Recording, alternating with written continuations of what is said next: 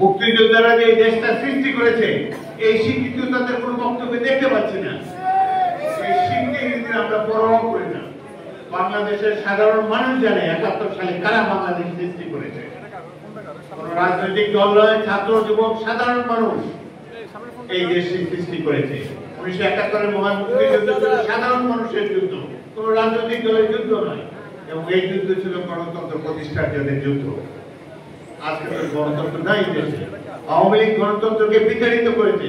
তার আগে শেখ মুজিবুর রহমান বাকশাল গঠন করে গণতন্ত্রকে ধ্বংস করেছে। তার অন্য কায়দায় বাংলাদেশ থেকে বিএনপিকে নির্বাচনে পাঠিয়ে দিয়েছেন।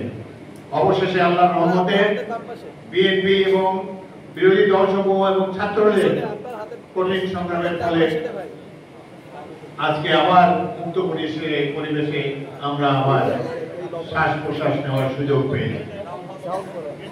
৭১ মুক্তিযুদ্ধকে হেয় করার একটা চেষ্টা আমরা লক্ষ্য করেছি।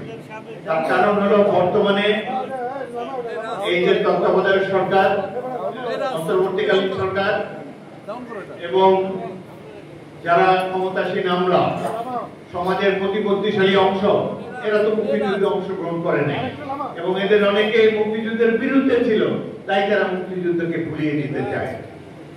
মুক্তিযুদ্ধ কিভাবে জীবনের ৯টা মাসের যুদ্ধ, এখানে অনেক মুক্তিযুদ্ধ আছেন, আমার সামনেও মুক্তিযোদ্ধা। আমার বক্তব্য প্রজন্মের উদ্দেশ্যে বলতে চাই, অনেক ত্যাগ তিতিক্ষার বিনিময়ে এই দেশটি স্বাধীন হয়েছে। জীবন বাজি রেখে যুদ্ধ করেছে। তার সাথে এই যে আগস্টের অভ্যুত্থান, তার আগে এরশাদ বিরুদ্ধে অভ্যুত্থান, তার আগে ইয়াহিয়ার বিরুদ্ধে অভ্যুত্থান, ২-৩টি রাজনৈতিক অভ্যুত্থান হয়েছে, যার ফলে সরকার পরিবর্তন হয়েছে। কিন্তু এগুলোর সাথে ৭১ মহান মুক্তিযুদ্ধের কোনো তুলনা চলে না।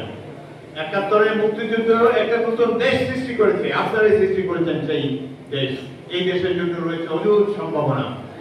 আগামী দিনে আমরা আশা করি মুক্তিযুদ্ধকে কেউ যেন ছোট করার চেষ্টা না করে। যদি মুক্তিযুদ্ধকে ভুলিয়ে দেওয়ার চেষ্টা করে, যদি আবার রাজাকারদেরকেই আবার গ্লোরিফাই করার কোনো চেষ্টা করে, আমরা এখনো জীবিত আছি, ইনশাআল্লাহ আমরা তাদেরকে প্রতিরোধ করব। যে গণতন্ত্রের জন্য আমরা সংগ্রাম করেছিলাম, কি গণতন্ত্র আমরা দেখতে